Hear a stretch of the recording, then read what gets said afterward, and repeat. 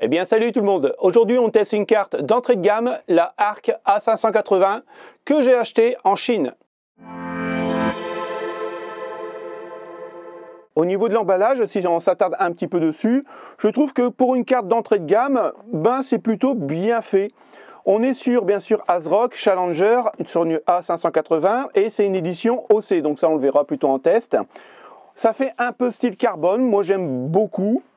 Sur les tranches, on retrouve le Challenger Arc A580. De l'autre côté, on retrouve un peu les specs de la carte, alors que tout est en anglais, il n'y a rien en français. En même temps, c'était une carte qui vient de Chine. Donc, ça ne m'étonne pas. Et puis, bien sûr, on a quelques informations supplémentaires ici, dont les codes barres. Sur les façades ici, on retrouve Challenger et l'Arc A180. Et de l'autre côté, je pense que c'est la même chose. Maintenant, à l'intérieur, la boîte s'ouvre comme celle-ci. Voilà, on a une petite protection qui vient là. On a un guide d'utilisation de la carte graphique. Alors, on va regarder tout de suite si c'est en français. Ah oui, en page 5, il y a du français. Donc ça, c'est plutôt intéressant. Ici, je pense que c'est pour la garantie avec le code QR. OK. Et voici la carte. Donc, comme vous pouvez voir, je ne l'ai toujours pas déballé. J'attendais que vous soyez là. C'est le moment que je préfère.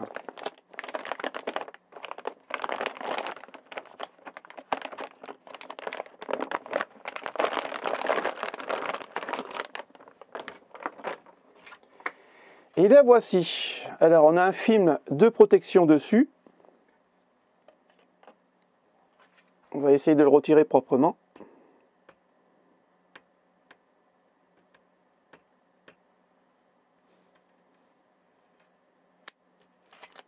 Eh bien, je trouve qu'elle est vraiment bien jolie.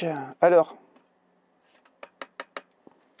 j'ai l'impression que c'est de l'aluminium. Les pales sont vraiment très jolies, bien transparentes. Le PCB, comme vous pouvez voir, il est noir. Au niveau des entrées, on a deux entrées DisplayPort et deux entrées HDMI. Donc, ce qui est courant généralement sur toutes les cartes graphiques. On a bien l'ASRock Intel Arc là. Oh, on aurait pu marquer A580 dessus, pourquoi pas. On a aussi sur la backplate, hop,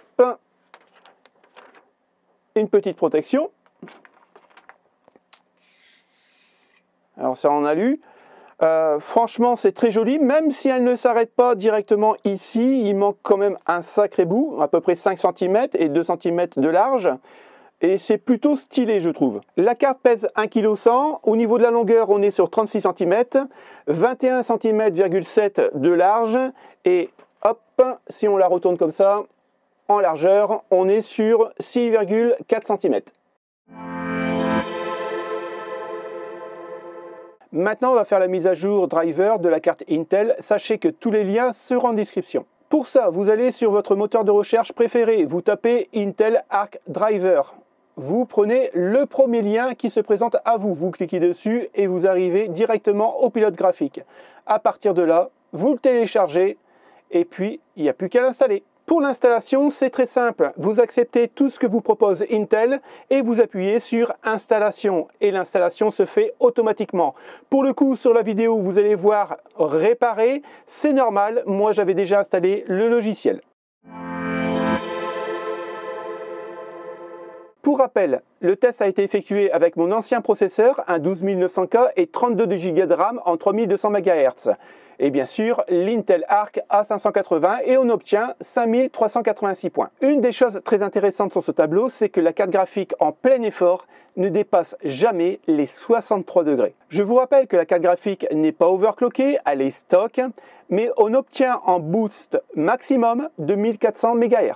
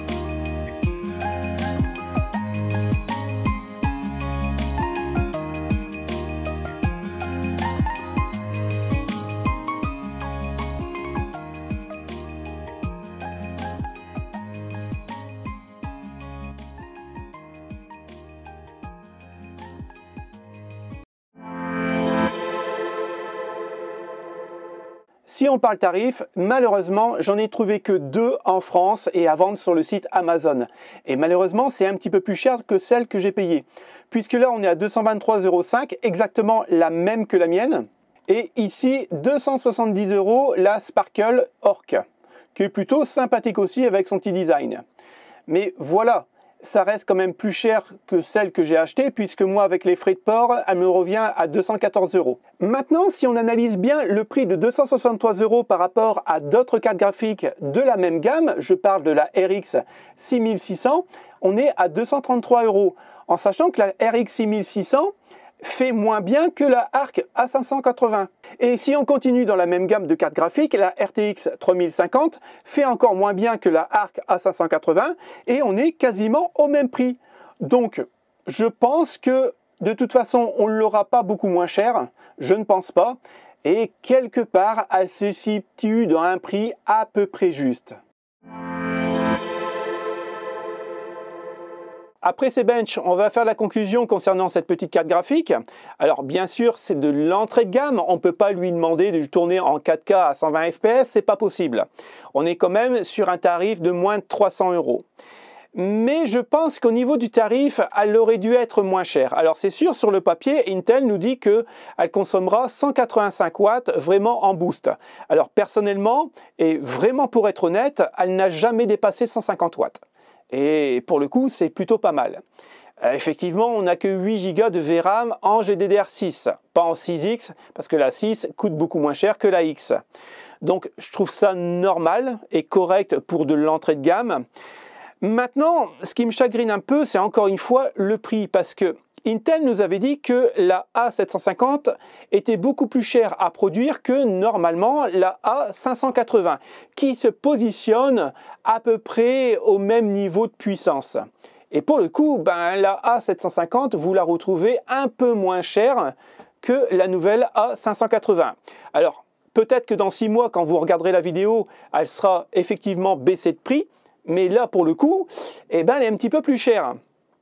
Est-ce que je devrais vraiment recommander cette carte? Je vous dirais oui si vous cherchez absolument une Intel, mais maintenant regardez du côté d'une RX 6600 XT, mais il faut qu'elle soit dans les 280 €. Si elle est à plus de 300 €, dans ce cas-là, repassez plutôt à une Arc A580, parce que là, la 6600 XT est quand même beaucoup plus véloce et vous aurez quand même plus de FPS. Maintenant, comparé à une 3050, c'est clair que la 3050 est vraiment trop chère et vraiment dépassée au niveau terme FPS par rapport à la Arc A580. La 6600, elle est en dessous de la A580, mais pas de beaucoup. On va gagner 10-15 FPS de plus avec la nouvelle Intel. Maintenant, quand je compare la RX 7600, la toute dernière de chez AMD, elle peut être intéressante, encore une fois, si on la touche en dessous des 300 €.